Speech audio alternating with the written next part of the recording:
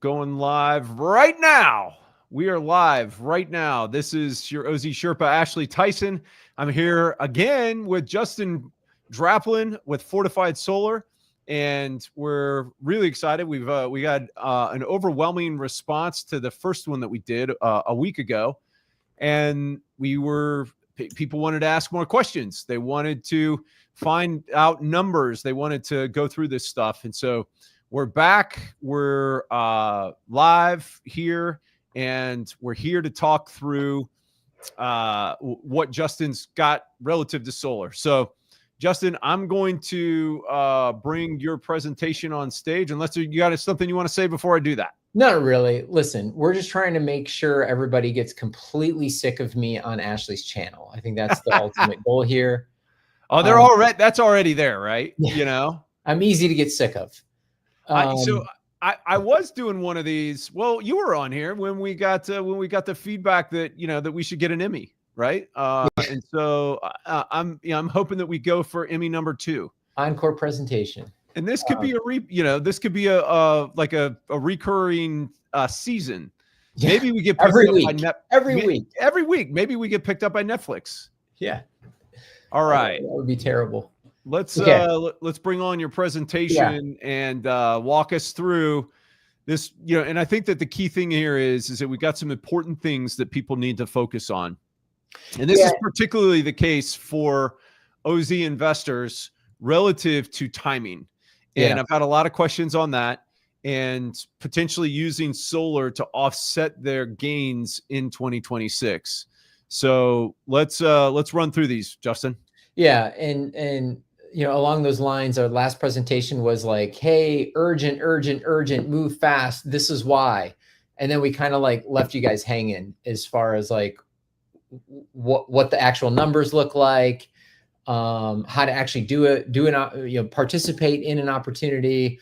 It was kind of just, hey, the sky is falling. Peace out, right? That's my bad.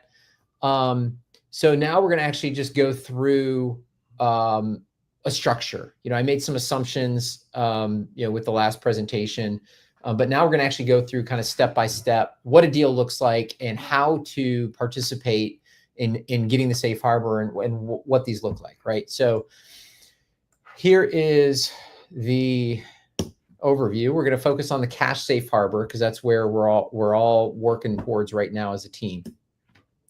We'll review real quick why we're talking about this, what the ITC is, very quick. We'll review an opportunity in detail. This is going to be an actual opportunity that we have people buying right now.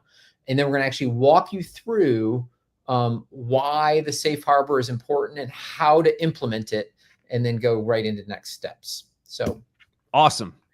Quick overview. One big beautiful bill passed. Things changed July 4th. Executive order July 7th basically said, hey, we're going to change things again, and that's going to take effect within 45 days of the bill passing, which is August 18th. And so that's why the urgency. That's just a quick refresh. For details on that, go to the last presentation. So how do we protect our thing? How do we protect our investment, our tax credits? That's where the safe 5% cash safe harbor comes in, to protect against these deadlines that could be changing things here August 18th. And then there's other things that kick in at the end of the year, and then the safe harboring expires completely, like all the things, right? So here is an actual project that we had an investor in. So I want to walk through this.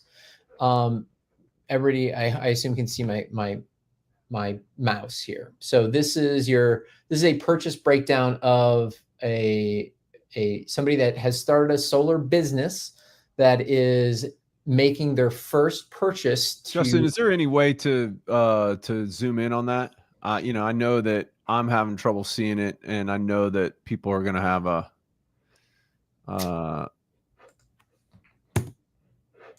right, behind the scenes, and that's okay. Even if you got to go with that, right? Like, I think that it'll be. This can't be easier to read, is it?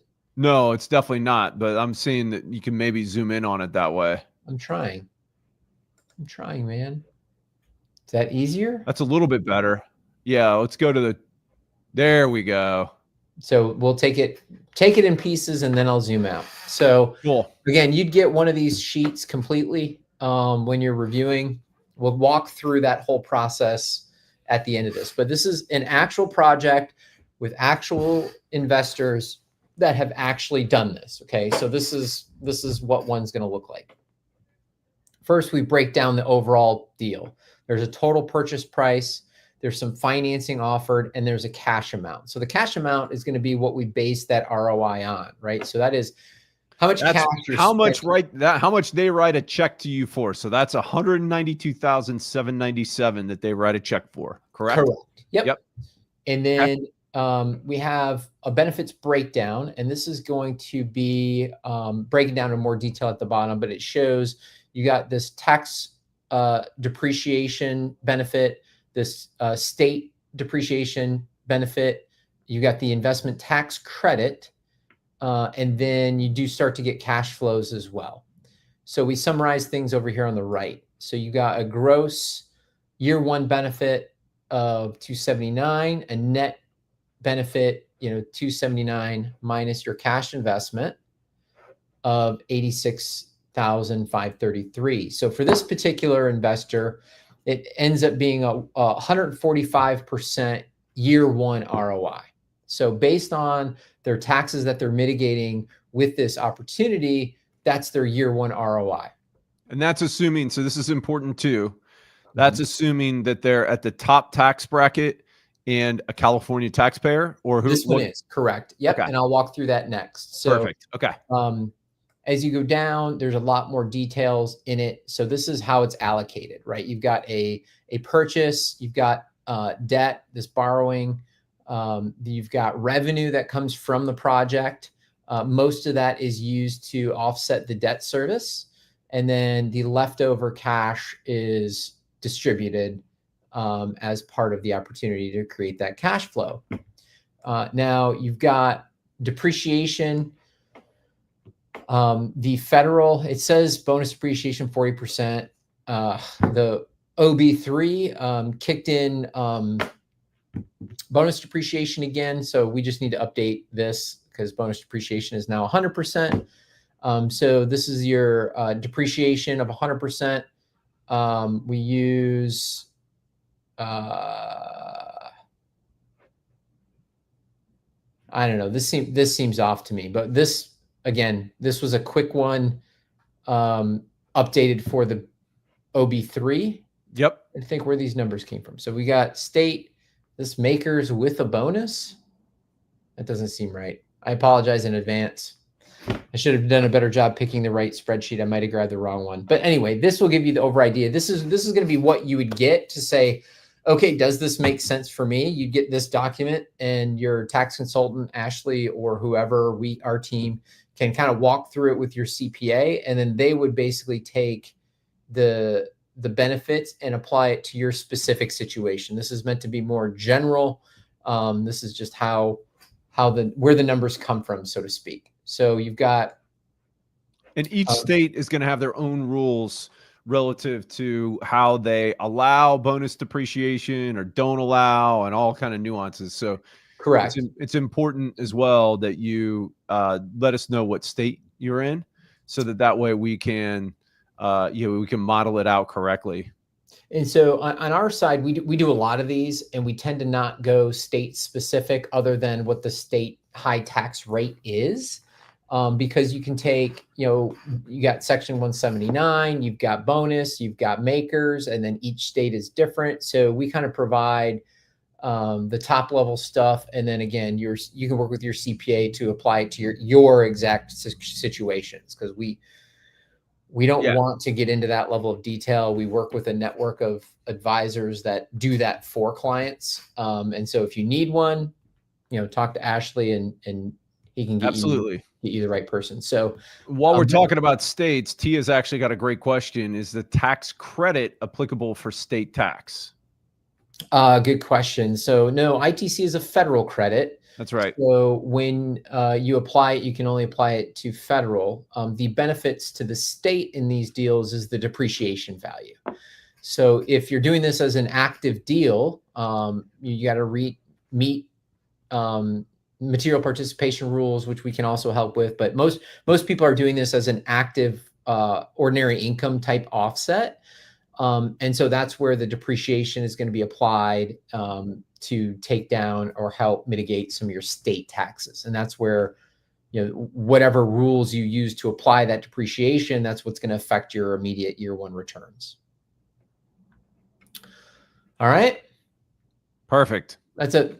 Overall, like I said, once you know where you're at, we can we spit one of those out specific to you. So if we know the state and the amount, we would create a custom illustration like that to a specific project in our pipeline that you can then review. That's going to be a better match for your particular situation, and then you can review with your tax advisor and see if it makes sense, right?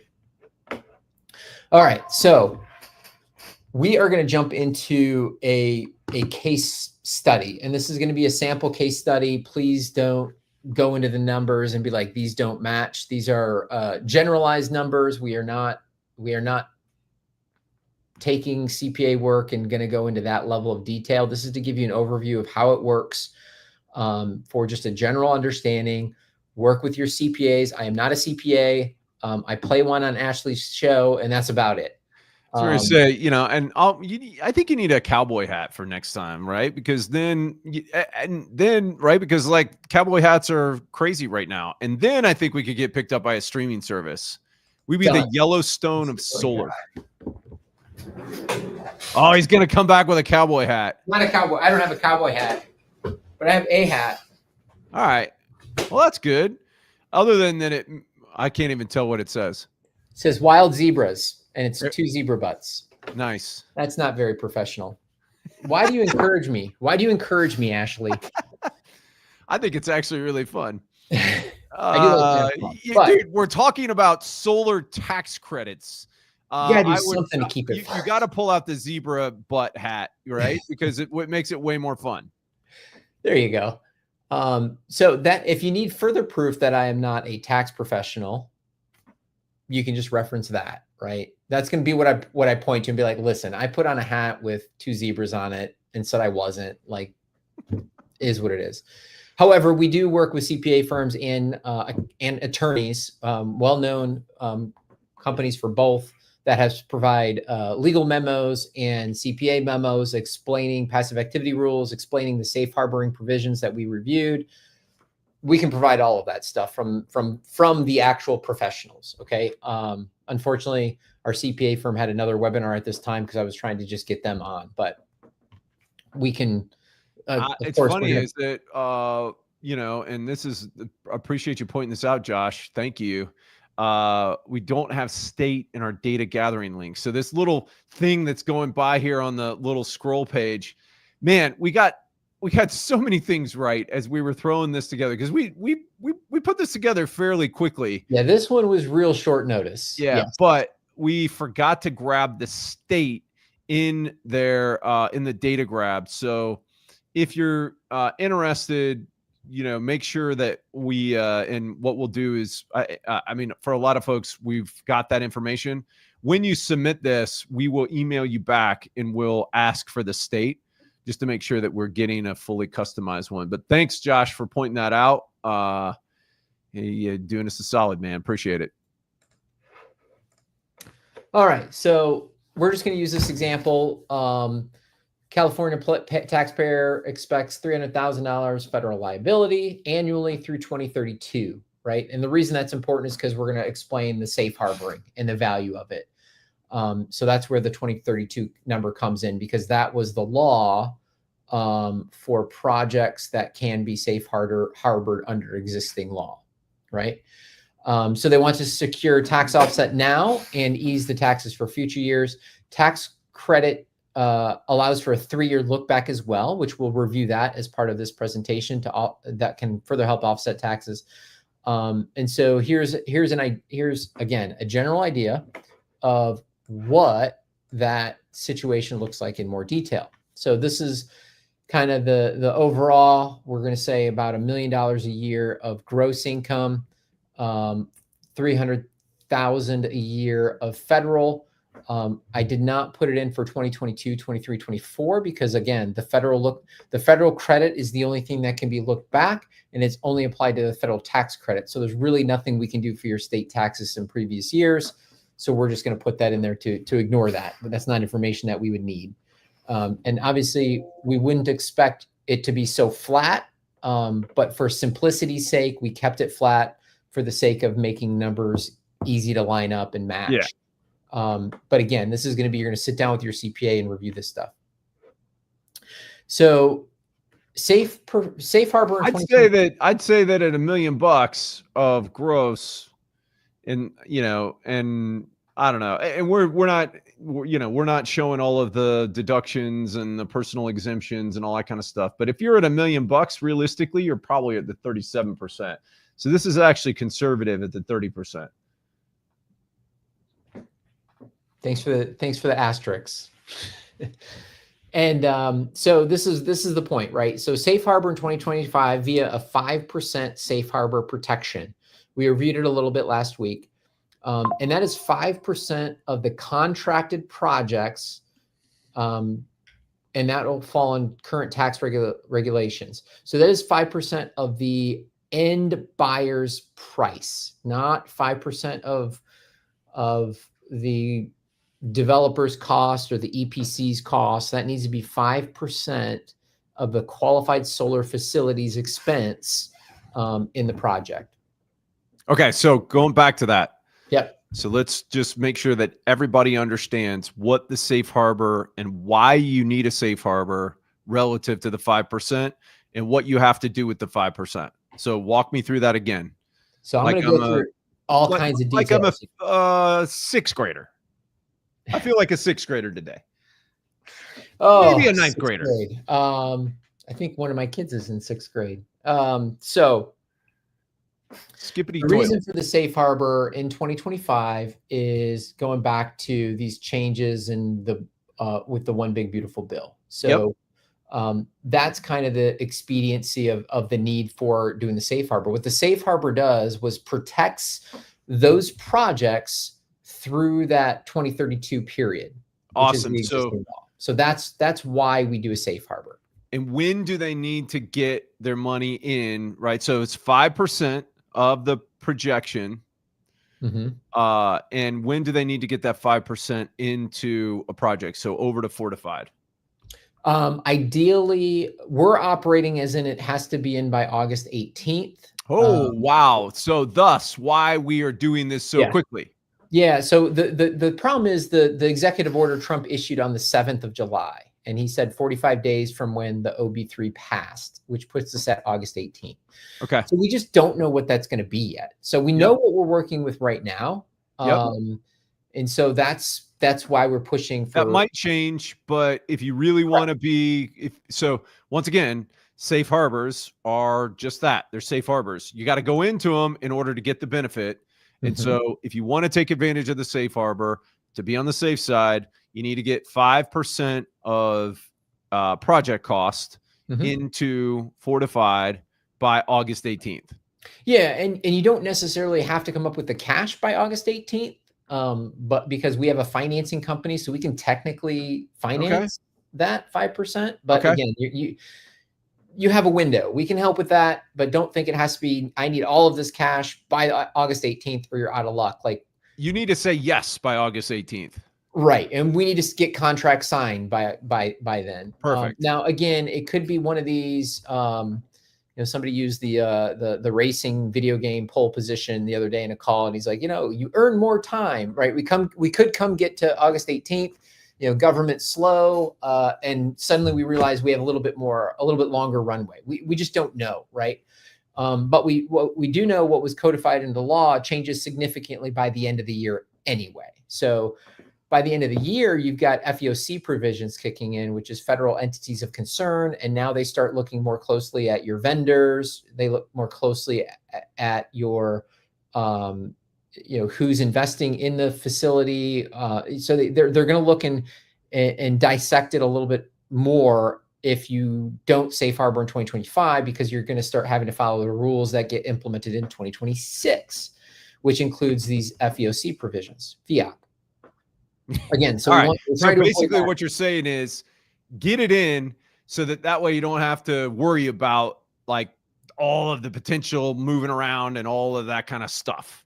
Yeah, it's, again, bird in the hand, right? Yeah, I get it. We just don't know what's in the bush yet. All We right. know it's not going to get better. We do know that it's not going to get better than what we have right now. All things are pointing towards making this more difficult. So I'm going to give a big shout out to my IT team who's on here right now because I just refreshed our landing page and we now have what U.S. state, and it's not, it says deal, but it's actually what state are you located in? What state are you a taxpayer in? So put your state in there on that inside of the landing page. Thanks again, Josh, for pointing that out because we were able to get it fixed while we're live. Dude, I love my team. They're awesome. That's solid. So thanks again, Josh, for pointing that out. And thanks again, Jake, for making it happen. Going back, I know we were talking about Safe Harbor, and I know we may need to come back to that, but I got a question right here. And I think that this is actually really relevant too. Does it matter if it's W-2 versus cap gains with respect to AGI? And so the answer is no, right? Like as it relates to using all of this stuff in the same fashion, is that you can use the credits and the depreciation to offset either one of those as long as it's similar, like active versus passive. So if you had active gain, then if it was an active capital gain, like trading stocks, or you were participating in a real estate deal, or you sold a business that you were actively involved in, then you would need to be actively participating in the solar business that you would be buying. If it was passive, you could use the active to offset that as well. And you're going to be able to use depreciation and the tax credit in order to be able to offset that. Now, what it will have effect on is your ultimate return, because what we modeled is we modeled a 30% federal tax rate, and in capital gains rates are at, if you're above $500,000, it's going to be at 23.8. So it would be a little bit less of a return as the return shown on it, but it's going to have the same effect, is that ultimately you are reducing your tax liability. It's just going to be a little bit tighter on what that is because your costs are going to be the same. And so obviously if you're saving 30% taxes versus 23.8%, your return is going to be better, but it's still very useful because you're paying less to eliminate the same amount of taxes. So Justin, anything you want to add on that? I don't think so. Again, it's complicated. It's nuanced. I mean, it's simple in a way, but it's complicated and nuanced in that you have to meet all of these requirements, right? So it's just making sure you're working with the right team to do that. Making sure you're working with a tax advisor. It doesn't have to be a CPA. Like many of our tax advisors, just like Ashley, right? Like he's not a CPA, but he does opportunity zone work for CPAs, right? So generally, and Alex, so you wouldn't be able to take it back to, well, actually, we can take it back to 22. And so, yes, we could absolutely do this where we could look at a scenario where we take it back. Yeah. So let me work through this, right? So now I'm gonna implement the safe harbor and use the 3-year look back. Okay? Perfect. So Alex, he's getting ready to answer your question. Yep. Look at that. He was like on it before you even asked it. Oh, this presentation gets way longer and way more boring. So we kind of that's what I'm here for. I'm here to heckle you and rebel rouse. And anybody that's out there, right, on LinkedIn or on YouTube, I welcome heckling comments. Oh goodness, please don't. Yes, this gives me a headache enough having to go through this. So here's where we're at. We got this situation. Tax consultant takes this information and says, I've got an idea. This is what we're going to do for this client based on their scenario and what they can use and what they can't. And they come up with this strategy, right? They say, we're going to do we're going to do a $495,000 cash investment, 2025, 440, 440, 290, 290, 290. Okay. And I know what you're asking, Justin, this is weird. Like we don't have that much tax liability in 2025. Why would I ever spend that much money? This is going to be the 3-year look back, right? Yep. So this is where we're going to, using this plan on a go forward, this is where we're going to offset and get 200,000 back from 2022, 200,000 back from 2023, and 200,000 back for 2024. So when you start collecting all of this up, that's where we calculate the full return over the term, the full return over the term of the contract. And then your state reduction is only going to apply on the purchase years. Depreciation can be carried forward, not back. So again, this is going to be a kind of general how it works, right? You make these bigger purchases in the first 3 years to get your 3-year look back. And again, I'll go into more detail. So in 2025, Fortified will enter into a binding legal contract for a client for the 2025 and future purchases, right? So that's going to be that spreadsheet below where this is your cash investment. You've got an initial cash investment of 5% to safe harbor all of it. So the full purchase. That's good to know. So on all of this relative to your forward and back, that's great. Yep. So if you look at the cash contribution is 2450, that was this row combined cash investment 2450. Okay. The total purchase price of all of it was 6,000.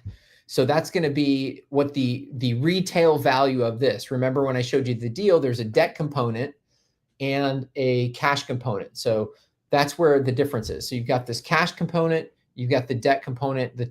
In this case, we're just going to say that the purchase is 6,000. Again, when you have actual projects and your actual numbers, you're going to dial this in. I'm just trying to give you an idea of how this works, right? So please don't nitpick about these numbers don't perfectly match with the illustration.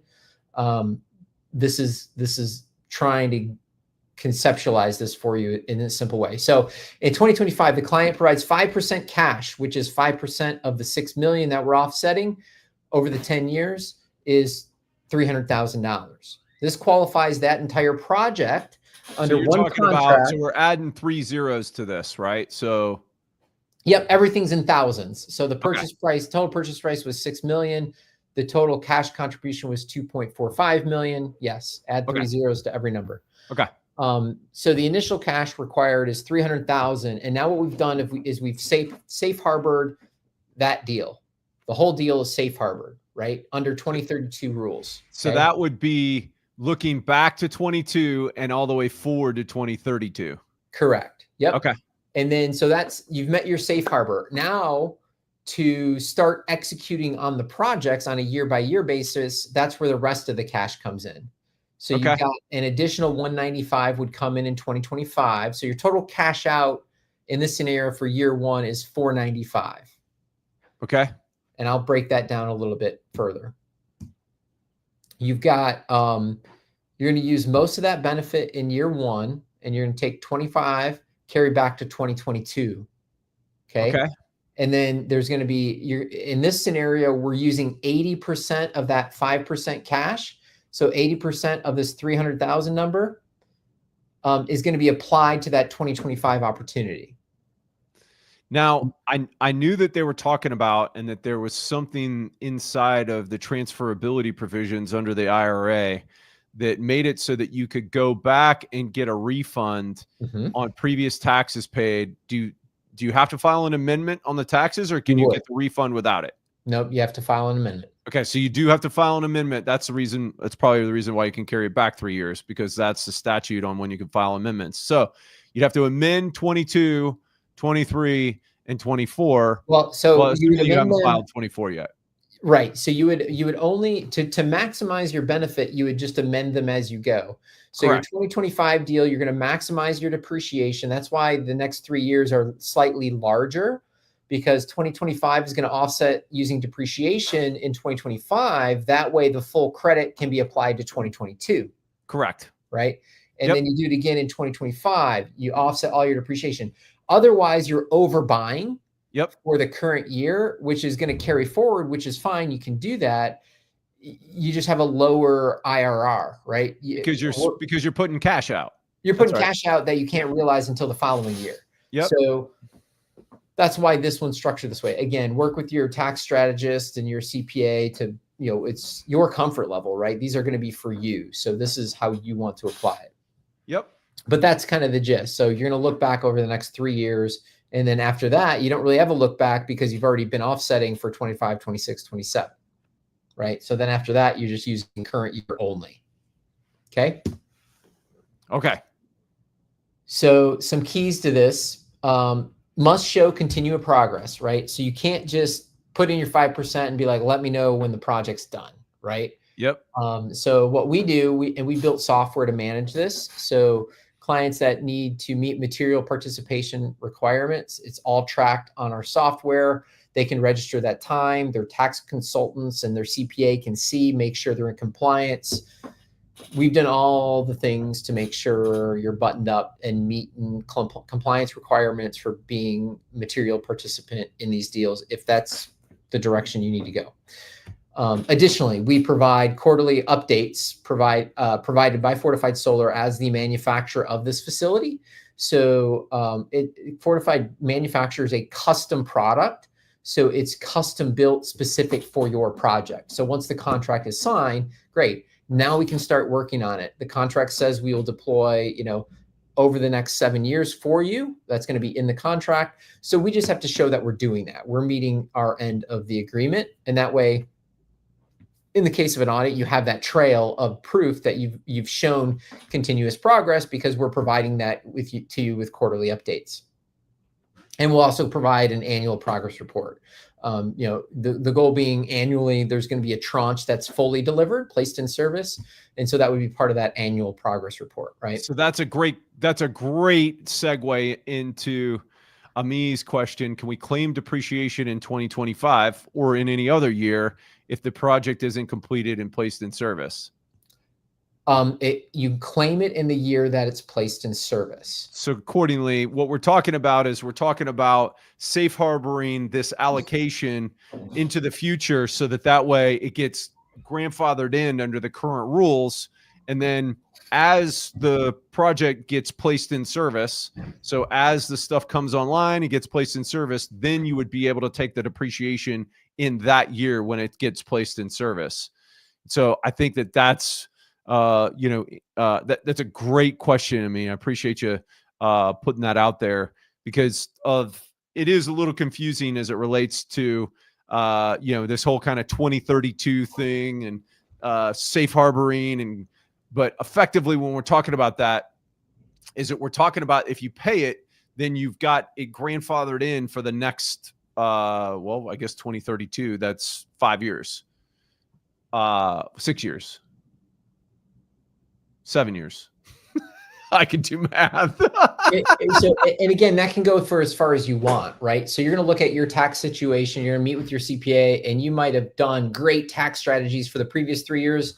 Or you might say, well, I don't want to risk an audit because maybe you did something that was a little maybe not right. You don't want to raise another flag for the IRS, right? Like, it's up to you, up to your CPA's comfort level. Like, that is a risk if you look back and those kind of things. You might also look to the future and be like, well, I'm retiring in 3 years, so there's no reason for me to commit for 7, right? Like, it's all about working. I'm showing like the biggest, right? This is the totality of the opportunity.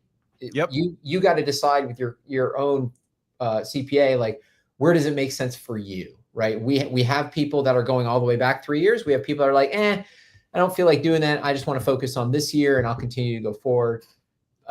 Again, we don't care. We're just providing the information. It's up to you and your tax professionals to decide the best way for you to mitigate your taxes. So, and yes, so the depreciation is only in the year that it's placed in service. It does carry forward, but not back on the depreciation. Yep. So we provide those annual progress reports. And then for full tax credit qualification, we just have to place everything in service by 2032. Again, the goal with this being we're placing something in service every year for you. That would be what we do and what we build. But that's just how the safe harbor works. Once it's past 2032, that's when, if you remember the original Inflation Reduction Act, that's where it started to step down. So now you potentially could still do it, but your tax benefits start to go down after 2032. Look at this. I put tax credit. I was just going to say, right? I was going to give you a hard time about it, but I was like, yeah, I'll let him slide. He fired this together pretty quick. Man, if only I had known. Okay. So anyway, that's a tax credit qualification, not a tax credit. Like, because I did not. we're spend not a in the lot of time business on of it, though. tax credits, but hey. This was basically me brain dumping everything that I've already known and typing as fast as I can to put it in a way that someone else might be able to have use of it, right? So that's what and that's questionable. We'll see what the replies are, right? And once again, like I'm inviting heckling, so heckle away, Justin here. Okay, so safe harboring. Yep. Some questions that come up. I can't use it. Can I transfer it? Depending on the way that we safe harbor it, yes, transfers are allowed. Now, there are different ways that we can do the safe harboring to allow that. So that's a clarifying question that would need to be done. And it might change the way that you do your safe harboring, because you can transfer those units, but only under certain circumstances and those kind of things. But it is allowed. So you could plan out for 7 years, but we can actually model in some ways that you can say the last 3 years you could end up selling to somebody else, right? Whoever owns the asset when it's placed in service claims the credit and the depreciation. To I think it was Amy's question, right? The place in service date is where all of that stuff takes place. And so the transfers are allowed on the project per the contract and addendum. So what we generally do is a master contract, and then you have these addendums, and you can either do one addendum, right? Or you can do an addendum for each calendar year. And that would be how we make it transferable. So it'd be tied to specific projects within a calendar year, and that's where you can move those. Now, different rules apply on how to execute on that, but if that's a concern that you have, then that's something that we can talk through as well. Or we can talk through it now, because apparently that's what I did. I guess you've got it on there. Okay, so these are the two options. Go over that fast, because I don't think that people are gonna single addendum, multiple addendums, whatever, right? Okay, so the gist of it is, if you have one buyer, for sure you're going to use it all. You can just do one contract, and that allows you to get all of most of your benefits in year one, right? So that safe harbored cash, you're using 80% of it year one. In the multiple addendum situation where we have created an addendum for each calendar year, you can't front load it like that. So that 5% cash that you put in can only be used to the projects according to the addendum in proportionate amounts, if that makes sense. Otherwise, you are not in compliance with the safe harboring provision, because you no longer put 5% in each of the deals. You only put 5% in the first. That's fair. Project. I get that. That's kind of the gist of what those options are. Wait. So once you've started, you've started placing any project in service, you can't then transfer any of the subsequent ones, even if it's under its separate addendum. Oh, no, that's a single addendum. Okay. Correct. With the single addendum, multiple addendums, you can actually transfer it even if you've placed it in service in. If you signed a 5 addendums and you've done 3 years placed in service, you can transfer out the other two. All right. I got it. Yep. I got it. Mm-hmm. Okay. That was a lot less complicated than I thought. And I even zoned out a little bit. I'm sure that, most of our viewers did. I'm zoning. I get exhausted because because of the urgency, I'm having these conversations constantly. That's why we're like, oh gosh, they're asking all these questions. We just need to do another one and just put it in front of people. Sure. And now this is recorded. It's beautiful. You can send it out to people. Yeah. Now, and you don't even have to send it out. You could just send them a link, which is fantastic. Yeah. And then I'm like, oh, I put on that hat. I misspelled words. I don't know that I want to share this now, but I probably will. It's a lot more entertaining than if it was just droning on a Zoom presentation. That's for sure. Yeah. Yeah. And they can fast forward through this point because they're probably listening to it at speed anyhow. Good. Yes. All right. Let's hit the next one after the addendums. So the next one was just kind of the next steps, right? And that was provide those liabilities for 2022 to 2032 to your tax professional.